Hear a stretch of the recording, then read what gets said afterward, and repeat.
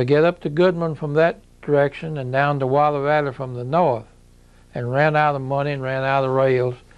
So Walter Goodman is authorized to go to London, England, and see if they can't borrow some English money to finish the railroad. So he goes over there and has an audience with George Peabody, the English financier who is interested in America quite extensively. And somehow or other Walter Goodman cons him into a deal to loan this little railroad over here some money.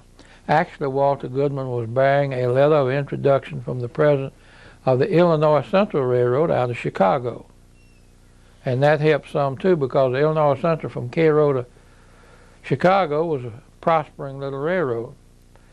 But with his personal courage and the letter, he got a loan from Peabody, came back and began again to build his railroad. And I'm sure he brought with him a lot of English rails, because, you know, George Peabody wouldn't let him have that English money without selling him some rails.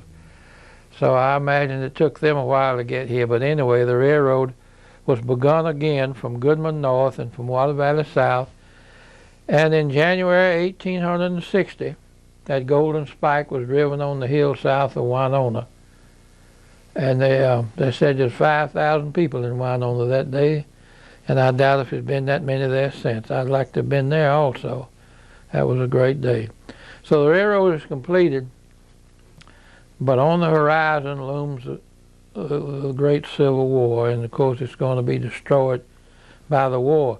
But the outlet is already established. The days of hauling your cotton to a muddy riverbank somewhere and either storing it till the water rises so you can ship it down the river to New Orleans, that day is going to be over.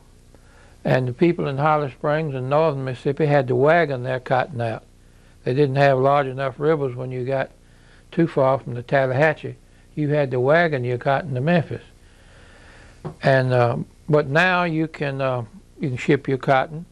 And the shipping is so important, because you couldn't sell a bale of cotton in Water Valley or Coffee or Holly Springs or anywhere. The cotton had to go to New Orleans to a cotton factor, a professional person who sold your cotton.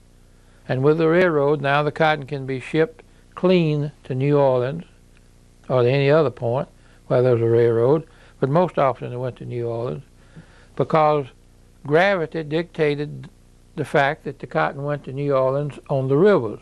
All of the rivers flowed toward the Mississippi and down the Mississippi to New Orleans. So the market established for cotton in those days was dictated and determined by actually by the force of gravity.